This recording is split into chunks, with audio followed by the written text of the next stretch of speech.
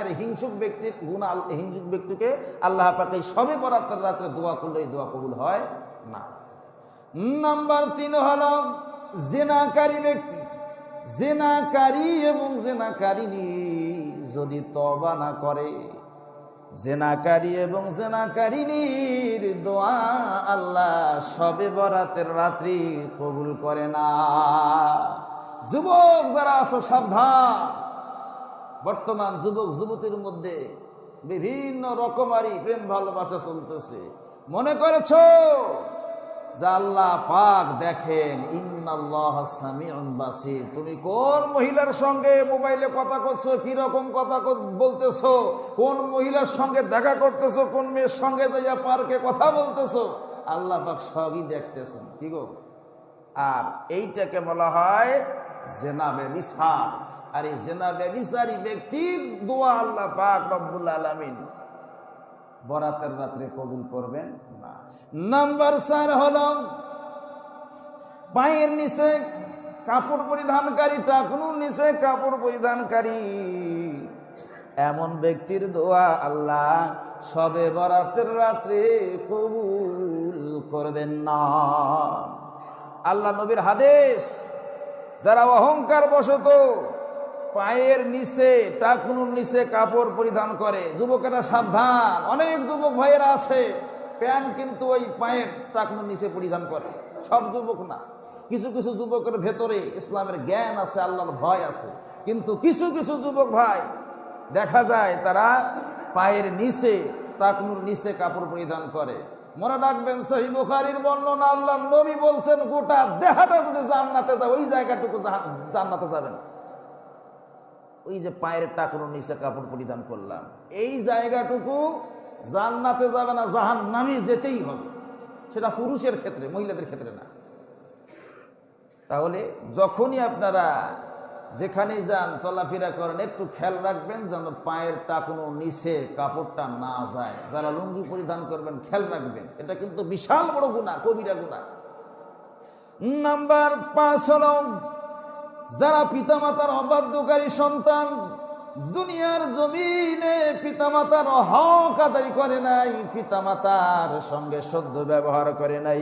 আল্লাহ বলেন, ওয়াকাদা রাব্বুকা আল্লা তা'বুদু ইল্লা ইয়্যাহু ওয়া বিল ওয়ালিদাইনি ইহসানা।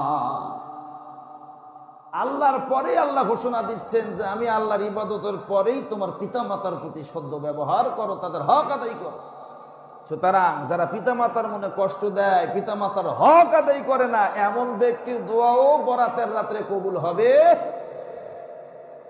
ভাইরা আমার, এই সবে বরাতের রাত এমন একটি গুরুত্বপূর্ণ রাত।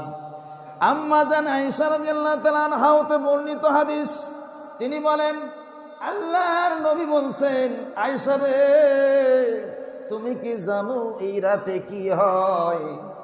এই রাতে ওই সমস্ত শিশুদের নামের তালিকা করা হয় যারা আগামীতে দুনিয়ার জমিনে জন্মগ্রহণ করবে। ওই সমস্ত মানুষের নামের তালিকা করা হয় যারা আগামীতে দুনিয়ার জমিনে মৃত্যুবরণ করবে। কেমনে মারা যাবে, কিভাবে মারা যাবে? কেউ হার্ট অ্যাটাক করে মারা যাবে, কেউ স্ট্রোক করে মারা যাবে, কেউ রাস্তার মধ্যে গাড়ির নিচে চাপা পড়ে মারা যাবে, কেউ রোগে শোকে মারা যাবে। যে যেভাবেই মারা যাক না কেন, সমস্ত লোকদের লিস্ট করা হয় কোন রাতে? সবে বরাতের রাতে।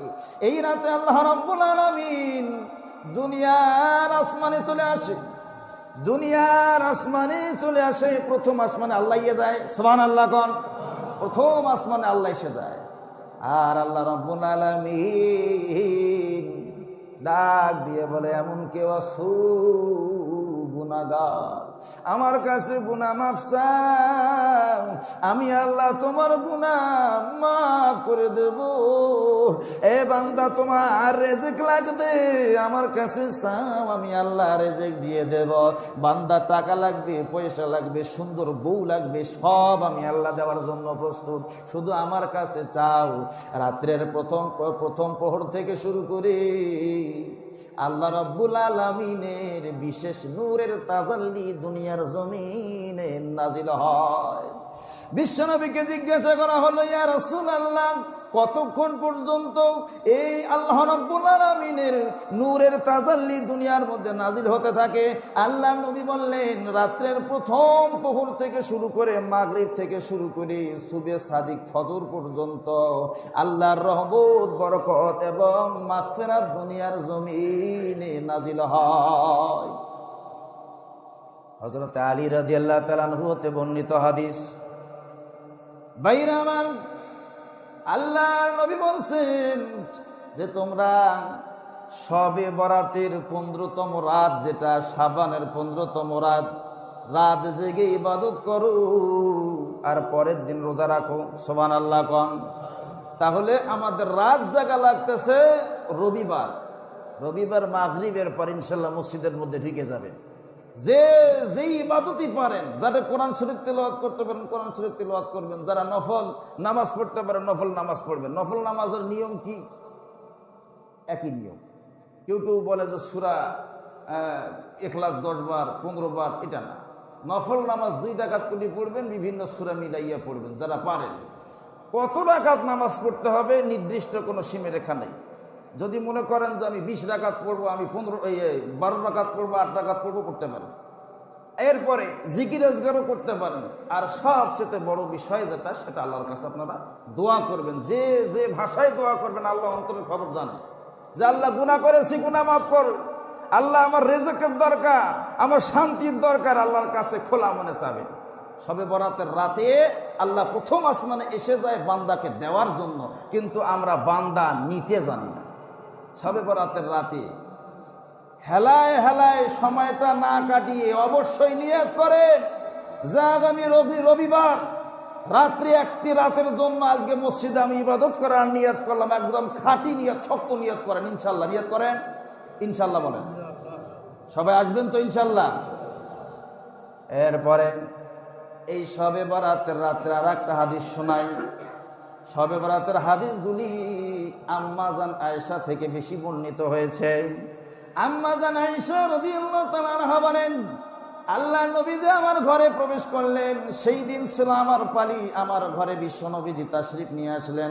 আল্লাহর নবীজির সমস্ত স্ত্রীদের হক আল্লাহর নবীজি আদায় করেছিলেন। সেই দিন ছিল আয়েশার বাসা। আয়েশার রুমে প্রবেশ করলেন বিশ্ব নবীজি। আয়েশার ঘরে প্রবেশ করবার পর শরীর থেকে জামা খুলে বিশ্রাম নেবেন, এমন সময় আল্লাহর নবীজি আবার শরীরের মধ্যে কাপড় পরিধান কইরা ঘর থেকে চলে গেল। আম্মা জান আয়েশা মনে মনে একটু হিংসা করলো। সাধারণত মহিলাদের মধ্যে যে হিংসাটা আসে, আম্মা জান আয়েশা বলেন, আমি বিশ্ব নবীজিকে লক্ষ্য করলাম শরীরের মধ্যে আবার জামা পরিধান করে বাহিরে চলে গেল। আমি আয়েশা মনে করলাম যে মনে হয় নবীজি অন্য স্ত্রীর ঘরে চলে গেলেন। এই জন্য আমি আয়েশা বিশ্ব নবীজিকে অনুসরণ করলাম। অনুসরণ করতে করতে দেখি দয়ার নবী, মায়ের নবী জান্নাতুল বাকির মধ্যে যাইয়া 2টা হাত তুলে আল্লাহর কাছে দোয়া করতেছে। সমস্ত নর নারী মুসলিম মৃত বান্দা বান্দির জন্য আল্লাহর কাছে দোয়া মাগফিরাত করতেছে। সুবহানাল্লাহ। তাহলে আর একটা আমল পাইলাম, এই শবে বরাতের রাতে মৃত কবরবাসীদের জন্য ইসালে সওয়াব বা দোয়া করাটা, এটাও কি নবীর সুন্নত, এটা বেদাত নয়। কবরবাসীদের জন্য দোয়া করা আল্লাহর নবীর মাসনুন তরিকা, যেহেতু আয়েশা থেকে বর্ণিত। বাইরামান, এবার হযরত আয়েশা রাদিয়াল্লাহু তাআলা আনহা মনে মনে বলতেছেন, ইয়া রাসূলুল্লাহ, আপনার উপর আমার পিতা মাতা কুরবান হোক। আমি কি ধারণা মনে করেছিলাম কি, আর আমি কি অবস্থায় আপনাকে পেলাম। হযরত আয়েশা খুব দ্রুত নিজের ঘরের মধ্যে চলে গেলেন। বিশ্বনবীজি দোয়া শেষ করে আয়েশার ঘরে প্রবেশ করলেন। আয়েশার বুকটা ধড়ফড় করতেছিল। আম্মা জান আয়েশা বলেন, খুব দ্রুত আমি ঘরে আসার কারণে আমার বুকটা ধড়ফড় করছিল। বিশ্বনবীজি আমাকে প্রশ্ন করলেন, হে আয়েশা, তোমার বুক কেন ধড়ফড় করতেছে, কারণ কি? আম্মা জান আয়েশা ডাক দিয়ে বলে, ইয়া রাসূলুল্লাহ, ইয়া হাবিবাল্লাহ, হুজুর, আমি মনে করেছিলাম আপনি আমার ঘর থেকে যখন বাহিরে গেলেন অন্য স্ত্রীর ঘরে প্রবেশ করলেন, কিন্তু না ইয়া রাসূলুল্লাহ, আপনাকে আমি কবরস্থানে দোয়া অবস্থায় পেয়েছি। আল্লাহ নবী রাখবে বলেন, আয়েশা, তুমি মনে করেছো আল্লাহর নবী তোমার সঙ্গে জুলুম করবে, তা না। ওই সময় জিবরাইল আমিন আমার কাছে এসে বললেন, ইয়া রাসূলুল্লাহ, ইয়া হাবিবাল্লাহ, এই রাতে, আজকে শবে বরাতের রাতে আল্লাহর কাছে যে ব্যক্তি দোয়া করবে আল্লাহ সমস্ত দোয়া কবুল করে নেবে।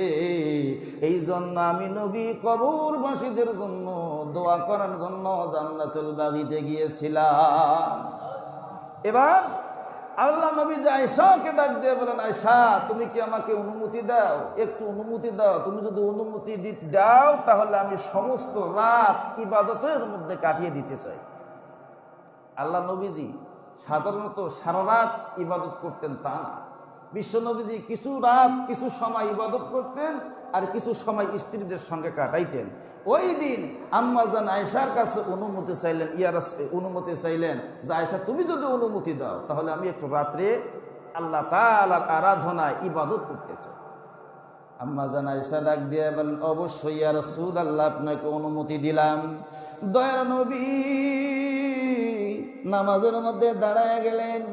নামাজ দাঁড়ায় যাবার পর এত লম্বা সিজদা দিলেন, এত লম্বা সিজদা দিলেন, আম্মা জান আয়েশা মনে করেছে যে মনে হয় বিশ্বনবী নামাজরত অবস্থায় ইন্তেকাল করে ফেললো নাকি। বিশ্বনবীজিকে আম্মা জান আয়েশা পরীক্ষা করার জন্য পায়ের মধ্যে হাত দিলেন। আম্মা জান আয়েশা অনুভব করলেন যে বিশ্বনবী ইন্তেকাল করেন নাই। দয়ার নবী সিজদারত অবস্থায় দোয়া করতেছে যে আল্লাহ, কবরের আযাব, দুনিয়াবি আযাব, জাহান্নামের আযাব, গজব থেকে আমার হেফাজত করো। জোরে কোন আল্লাহুম্মা আমিন।